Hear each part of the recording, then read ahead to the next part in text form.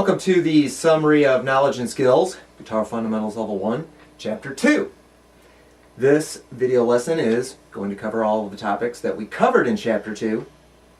It should serve as your checklist of items that you should have learned or are learning before you can definitely consider yourself competent in all of the materials that were covered in Chapter 2 and you're ready for Chapter 3.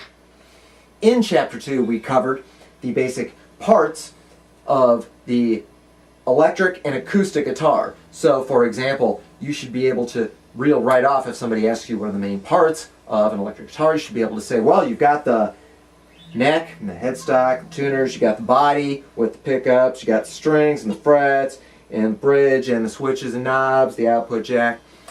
Likewise, with an acoustic guitar, you should be able to say, well, this is the neck and this is the body and here's the tuning pegs and here's the frets, here's the sound hole, so that anything that was covered you should have a fairly good grasp on and should be able to reel it right off if somebody asks you that question.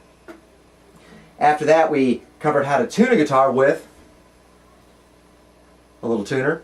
We also covered how to tune a guitar with the Guitar Tricks reference tuner.